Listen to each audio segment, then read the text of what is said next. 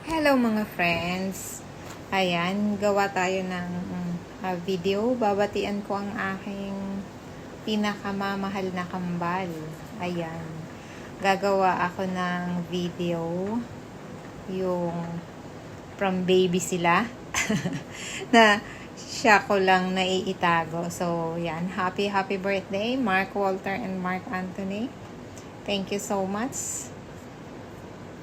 Thank you kay God. Ngayon, 30 years old na kayo. Matanda na kayo kaysa sa akin. So, ayan.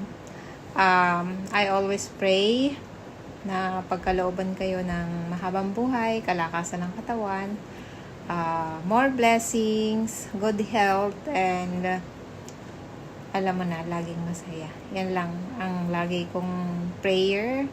At yun, ang isang ina ay gagawin lahat para sa mga anak kahit matanda na sila. Ang pagiging ina ay hindi natatapos. Yan lang po masasabi ko.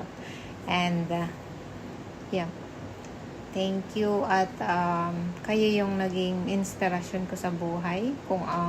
Kung saan man ako naroroon ngayon, kung ano man yung kinalalagyan ko, yun ay dahil sa inyo, unay Diyos. At kayo yung nagbigay sa akin ng lakas para tumayo sa sariling paa at magsikap.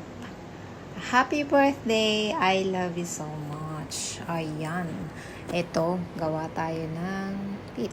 Ayan, ito yung baby sila. Ito yung unang picture na naiitabi ko. Meron sila dating picture na baby talaga. Pero hindi ko na matanda kung saan ko na ilagay.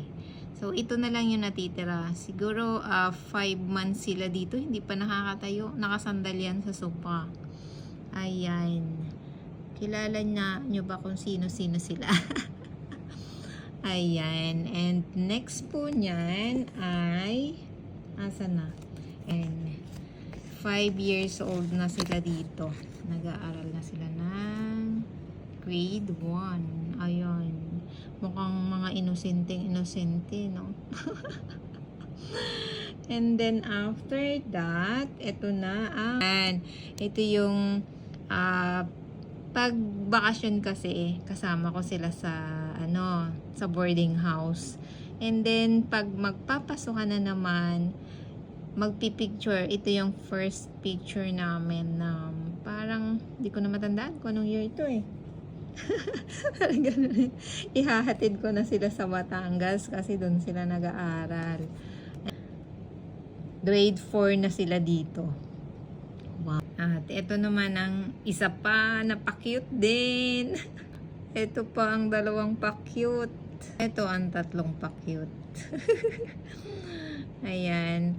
Nasa Cavite na kami nito. Ito pa ulit. Hindi ko naman 2010 itong na to, picture na to. Parang after ko magagaling ng Dubai.